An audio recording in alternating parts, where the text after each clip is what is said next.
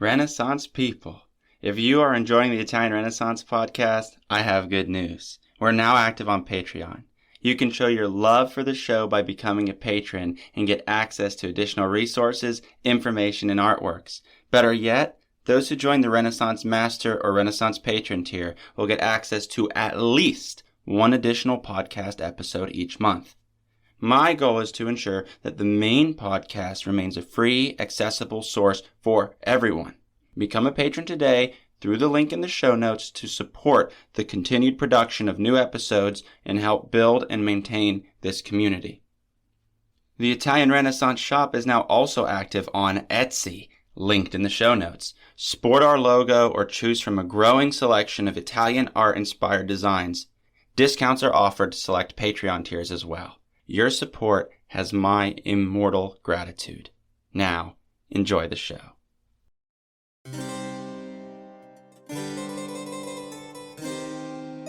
Welcome to the Italian Renaissance podcast, where we discuss essential topics about the art and culture of 15th and 16th century Italy. I'm your host, Lorenzo Ghiberti. Andiamo avanti. What is going on, Renaissance people? I hope everyone had a restful and interesting winter holiday. As I've said before, now that we have a lot of momentum under our wings, I want to move forward in a steadier way with more clear, concise topics. There's a tendency to want to deal with history chronologically, and the chronology of our first season is absolutely out of order, which I can imagine makes it hard to follow at times. At the end of the last episode, I dropped a little hint that the next season will be dedicated to La Serenissima. For those of you who do not know, that's a nickname for the city of Venice. The most serene is what that means. I'll be doing an independent study on the history of Venetian Renaissance, so I'll be integrating that into the podcast and giving you guys the most concise look at the history of the Renaissance in Venice, which is really exciting.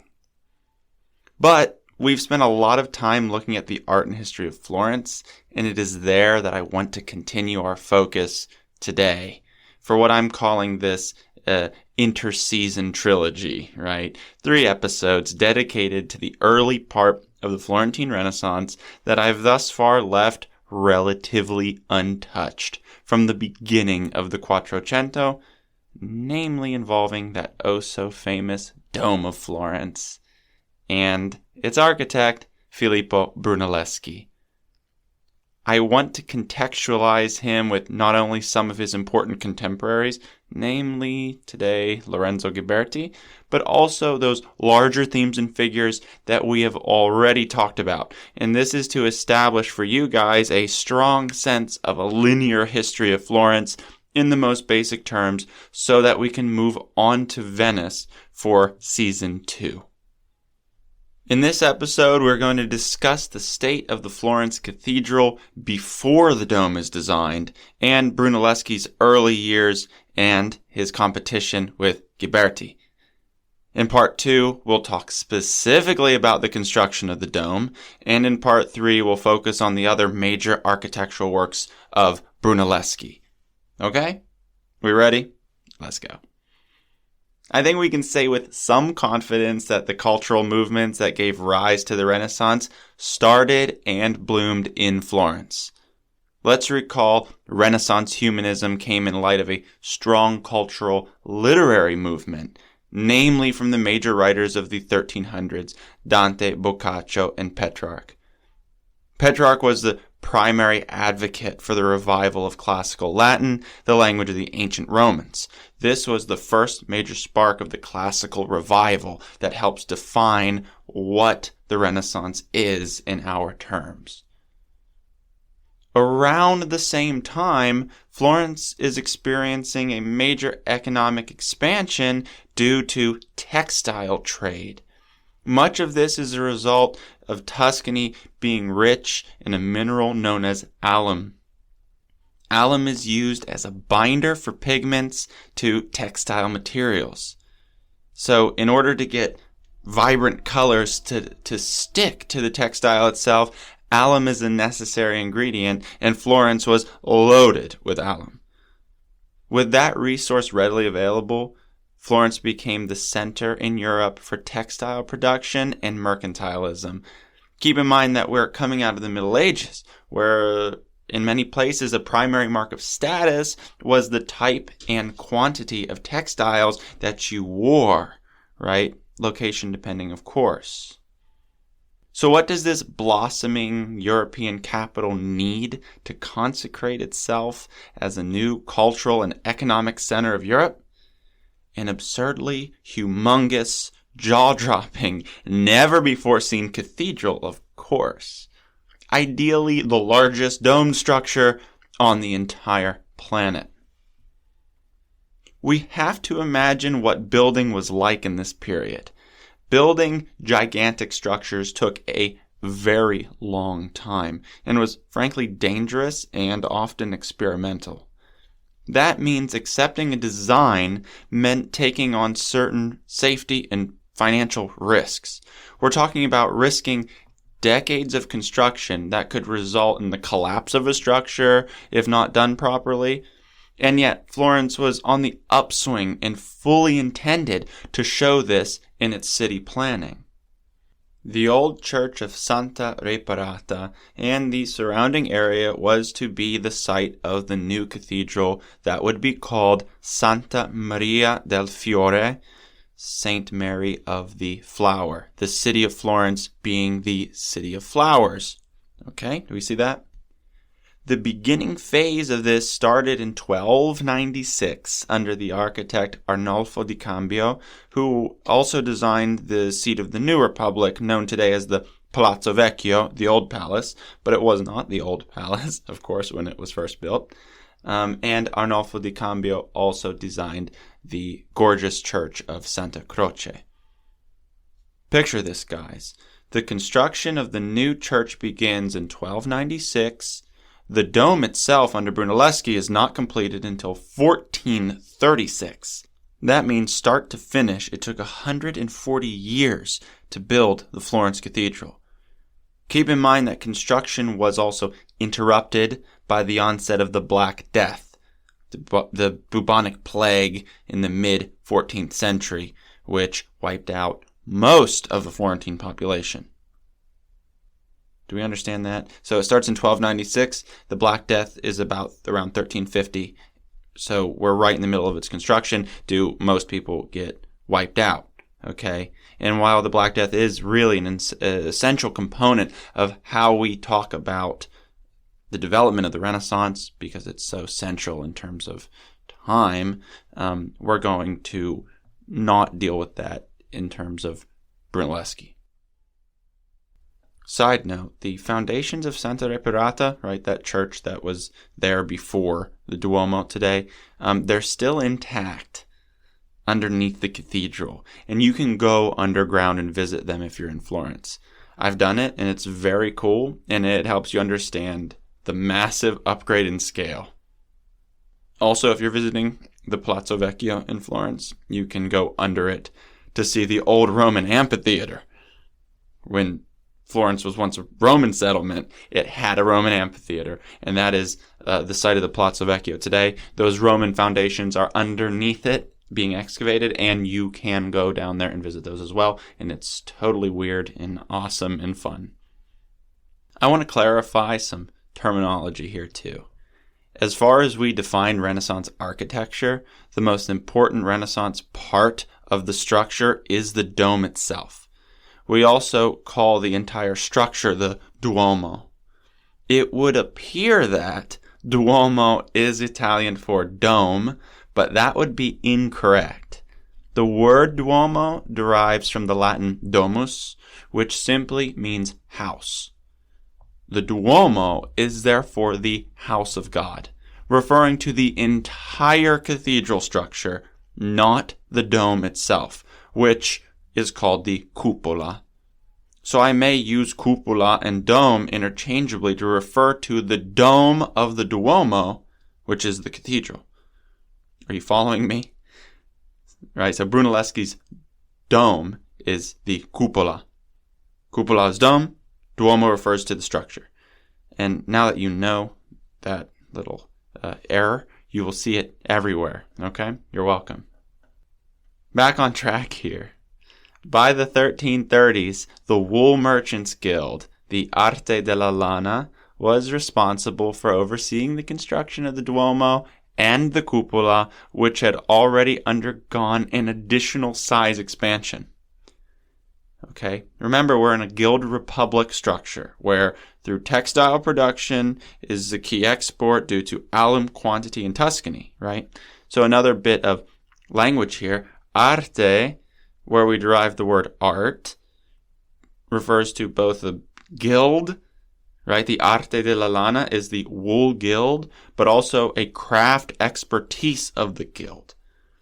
So in this period, the very word for art, as we understand it, is not one about creativity, right? We talk about art for art's sake, but the expertise and labor, the business in the craft of the expert craftsman. That is their arte. Okay, does that make sense? It's also their guild. So what was decided is that the cathedral would have the widest and the highest dome in the world, striving towards and surpassing the dome engineering of the ancient Romans. Like Petrarch in writing, we are seeing a return to classical antiquity, but one that does not plan to merely reference it, but completely surpass it, outdo it. They decided to continue the construction without actually knowing how a dome of that size would be constructed, but they felt secure in their ability to eventually figure it out. The dome, as it stands today, is a result of a somewhat unhinged genius of Filippo Brunelleschi. I want to step away from the actual design and construction of the dome. Again, we'll do that in part 2. And I want to talk about Brunelleschi and his life and the critical events that led up to the conception of his dome design. So all this up till now is so that we really better understand the state of the Duomo in Brunelleschi's time as a youth, right? But also that's going to help us understand how he turned from being a goldsmith to the marvel of an architect that we know him as today. So he was born around 1377, and he lived in the San Giovanni district of Florence, that very district where the cathedral was being built as he was growing up. Right? One can imagine living in the shadow of that structure, how a young mind could contemplate its construction, right? Seeing it going up step by step, understanding that there was no solution to the dome, looking at the mechanics that go into it. He saw this in his daily life. As he comes to mature, he begins undergoing training to be a goldsmith, which will make up the greater part of his early career. Yet, he had a habit of not being able to work well with others, being secretive, reclusive, untrusting, or arrogant. And while there are remarkable moments from his career that resulted from his goldsmith training, he really found his fame as an architect.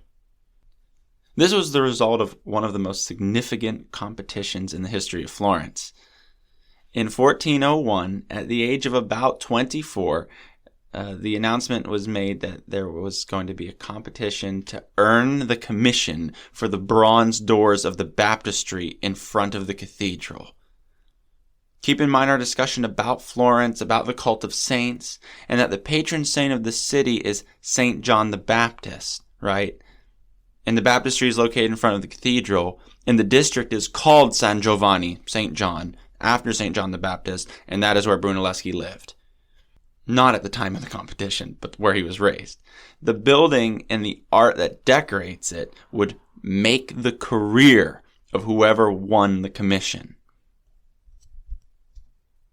The baptistry itself has 3 doors. Already was Andrea Pisano's pair of doors depicting the life of St. John the Baptist present on the structure. The other 2 entrances needed decoration of their own to match, representing the Old and the New Testaments. All this was happening while the Duke of Milan looked to conquer Florence, which ultimately failed due to him dying, but that's another history altogether. The competition rules were simple. Each competitor had to present a single bronze panel depicting an identical scene, the sacrifice of Isaac from the book of Genesis. They were given a full year to complete the tedious process of designing the panel in wax, molding it, finalizing design, pouring the bronze, all that, and then at last presenting them to the judges. The history here is a little weird, so we're going to go over some discrepancies, but what is absolutely unanimous was that Filippo Brunelleschi was a finalist in this competition, right next to the little-known sculptor at the time, Lorenzo Ghiberti, who was one of the last two standing with Brunelleschi by the year 1402. What is unclear is who the judges ultimately decided won the competition. The first theory is that Ghiberti clearly was the sole victor. He accepted the commission and indeed designed and gilded the bronze doors and made his career doing so. This theory proposes that the judges unanimously declared Lorenzo Ghiberti the winner of the competition, beating Brunelleschi outright. They accepted his design is better, his mode is better, okay, and that Brunelleschi lost the competition for the doors. The second theory, which comes from Brunelleschi's biography from the late 1400s after his death, indicates that given the youth and inexperience of both men, but impressive work, that the judges offered a joint commission for them to work on the doors together. But we know already that Brunelleschi doesn't work well with others, that he took this as an insult, that he refused. In any case, Ghiberti earned the commission for the bronze doors, and Brunelleschi left Florence in a rage for Rome. This is a dramatic person we're talking about, you guys. So, what do we believe? I don't know. Ghiberti got the commission. Ghiberti completed the commission. Was Brunelleschi offered work on it and got upset or offended because he didn't win outright? I don't know. Nobody knows. Okay. The good news is that the competition panels still exist and are on display in the Bargello Museum, in the same room as Donatello's David, at the very same museum as Michelangelo's Bacchus. In chronology, the competition panels come about 1402, roughly 30 years later as Donatello's David, then as late as 1494, I think, actually, Michelangelo is sculpting the Bacchus. That places Ghiberti and Brunelleschi as the sculptors who set, in part, the models for visual references for later Renaissance artists. And I'll explain that. Naturally, we want to take a look at these panels and try to sort out for ourselves how their visual impact may or may not have won Ghiberti a full commission, and to try to do this via assuming the position of a Quattrocento judge, because certainly our modern perception would yield very little. So, if you can, get these panels in front of you. If not, I will be as descriptive as possible. As per the competition guidelines, the panels represent the same moment in the Old Testament from the book of Genesis, the sacrifice of Isaac. For those of you unfamiliar, in brief, Abraham is commanded by God to show his devotion to him by sacrificing his only son, Isaac. Loving God that he is, he waits until the moment that Abraham is going to slash his son's throat to send an angel to stay his hand. Abraham's devotion thus manifested a ram to be sacrificed in place of Isaac. The reward was the eternal blessing of Abraham's offspring, given his extreme dedication to God, though I always find that to be a rather traumatic story rather than a heroic one. It is, however, a foundational story for Christianity and the subject of the panels given. Both panels have all of the same elements, but express the scene vastly differently.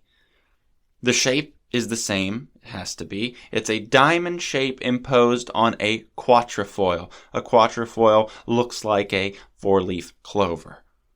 They both include Abraham, Isaac, the angel, the altar, the ram, Abraham's donkey, and his two servants. Both undoubtedly directly quote sources from classical antiquity in almost all of their figures. While we do not know the exact guidelines of the competition, the similarities suggest that precise specifications were given to the competitors. It's curious. Were they instructed to reference classical sculpture? That would mean that the guilds were actively promoting classical reference in their commissions as early as 1401. Indeed, demanding it. The most important reference in Brunelleschi's panel is in the servant, who pulls a splinter from his foot. This is a direct reference to a sculpture called the Spinario. It's an ancient Roman sculpture of the exact same pose. It has several copies in museums all over the world, including the Uffizi Gallery in Florence. Likewise, Isaac himself takes the pose of a prisoner in ancient Roman sculpture. I remember I was traveling in Tunisia, and I managed to get to the Archaeology Museum of Sousse, a city founded on a Roman one, and sure enough, I spotted a near identical pose in a sculpted figure and immediately thought of Brunelleschi. I'm sure that's something that you can come across in any number of archaeology museums around the world. I'll post that photo. I took a photo of it. I'll post it to the Instagram for your reference. Yet, that form in Brunelleschi's panel is scrawny, really, compared to Abraham, who seems to be kind of throttling him as the angel violently swoops down from the heaven and grabs Abraham's arm just as the knife is pressing against his own son's neck in that ancient Roman prisoner form. Ghiberti, however, presents a more idealized youth for his Isaac. Exactly what we see in the classical Greek idealism that is picked up by the Romans. Guys, note this. While we said that Donatello's David was the first freestanding nude of the Renaissance, in this relief panel, we see the very first idealized classical nude of the Renaissance by Ghiberti. It is a remarkable moment for the history of Western art. At the same time, Abraham has his knife drawn back, and the angel does not physically interrupt like in Brunelleschi's panel. As such, the moment of drama is suspended. The violence of these holy figures is subdued. And as the angel did not actually physically stop Abraham in Genesis, Ghiberti's panel is more biblically accurate. In total, Ghiberti has a more harmonized, less busy composition that's more legible and does not infringe on the religious doctrine by taking certain creative liberties like Brunelleschi did. And as far as technique is concerned, Ghiberti was smarter there too. Coming back to their personalities, it seems evident that Ghiberti worked with multiple people, took advice, asked opinions, and was even willing to redesign and remold at the suggestion of other people based on what they got from his original, what would have been a wax model. Brunelleschi, as we said, kept his designs to himself, paranoid that he'd be copied, he didn't trust anyone, he was unmoving. Further, he cast his figures individually in solid bronze and attached them to the bronze panel.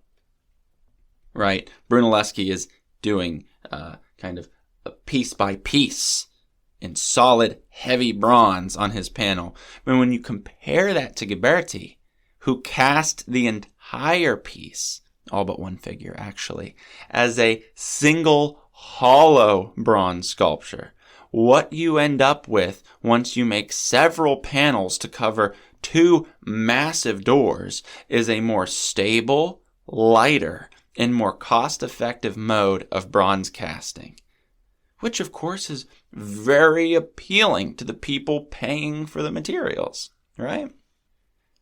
What seems clear to me is that Ghiberti worked smarter, He either won the commission as an individual or with Brunelleschi, who was absolutely disinterested in working with Ghiberti.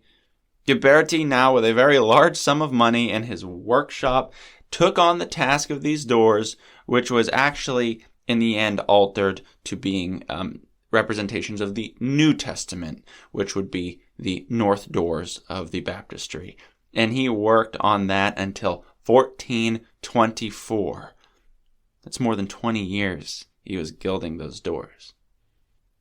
Brunelleschi, however, quite frankly, kind of over the disgrace that he was given, he left Florence in all of his dramatic fervor, and he went to Rome. He'll be back and forth a little bit. We already see in his panel the clear ability to perceive and replicate classical forms. But the question of the dome of Florence Cathedral was still unanswered when Brunelleschi left Florence, and he would soon be back with a solution.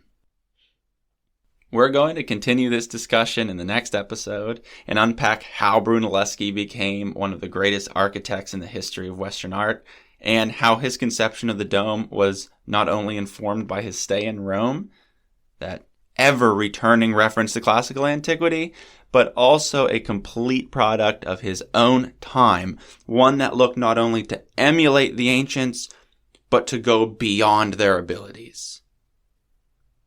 Thank you all for listening.